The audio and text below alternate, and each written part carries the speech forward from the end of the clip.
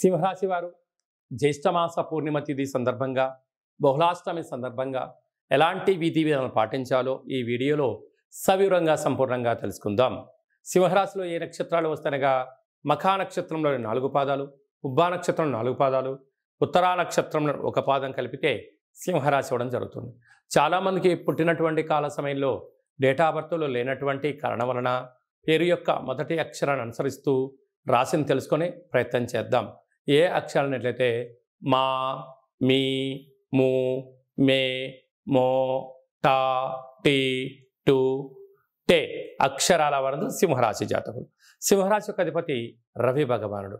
వీరికి ధనావాకు కుటుంబ స్థానంలో కేతు సంచార స్థితి ఉండడం వలన వృత్తులలో, ఉద్యోగాల్లో, వ్యాపారాల్లో స్వయం నిర్ణయం, స్వయం పరిపాలన అదృష్టాన్ని, ఆనందాన్ని, ఆరోగ్యాన్ని కట్టబెట్టబోతుంది. పరాయి వారి మాటలు విన్నారా? మీ సొంత లాభాన్ని మానుకొని, మీ సొంత పనులన్నీ వదిలేసుకొని వారి అవసరాల కోసం మీరు ప్రయత్నం చేస్తూ ధనం, సమయం వృధా అవ్వడమే కాకుండా రాబోయే కాలంలో నిందల పాలయ్యే పరిస్థితి అధికంగా ఉంటుంది. కనుక మీ సొంత పనులు సొంత సమయం కోసం వెచ్చించగలిగితే ఎలాంటి ఇబ్బందులు ఉండవని చెప్పి గమనించగలగాలి. సప్తమ స్థానంలో శని భగవానుడు స్వక్షత్రకారకుడు అవ్వడం వలన భార్యాభర్తల మధ్య స్వల్పమైన ఆటంకాలు, ప్రేమికుల మధ్య స్వల్పమైన మాటల విభేదాలు, నూతనమైన కార్యక్రమాలు ప్రారంభించేటువంటి కాల సమయంలో చిన్న చిన్న ఆటంకాలు ఉండినను ఆందోళన చెందనక్కర్లేదు. మౌనం, ధ్యానం, ఏకాగ్రత, ఏకాంతంగా ఉంటూ 1కి 10 సార్లు ఆలోచించగలిగినట్లయితే జీవితం సువర్ణమయానికి స్వాగతం పలకడానికి అనేక రకాల అవకాశాలు ఉంటాయి. తొందరపాటు నిర్ణయాలకు ఇది సరైన సమయం కాదు అని చెప్పి గమనించాలి.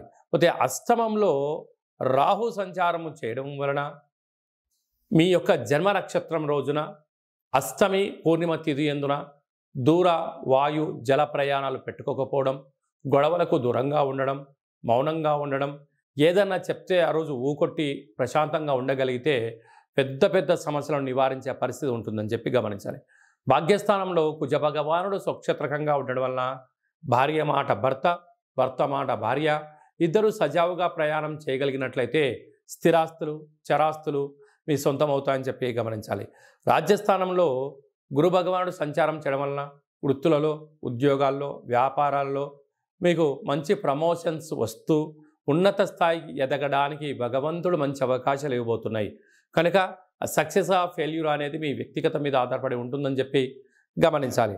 లాభస్థానంలో త్రిగ్రహ కూటమి రవి ఏడాది తర్వాత మిథున రాశిలో సంచారం చేయడం, అక్కడే బుధ భగవానుడితో కలిసి ఉండడం, అక్కడే శుక్రుడితో కలిసి ఉండడం వలన విద్యార్థులకు చాలా మంచి కాలము. ప్రభుత్వ ఉద్యోగ ప్రయత్నం చేసేవారికి యోగదాయకము.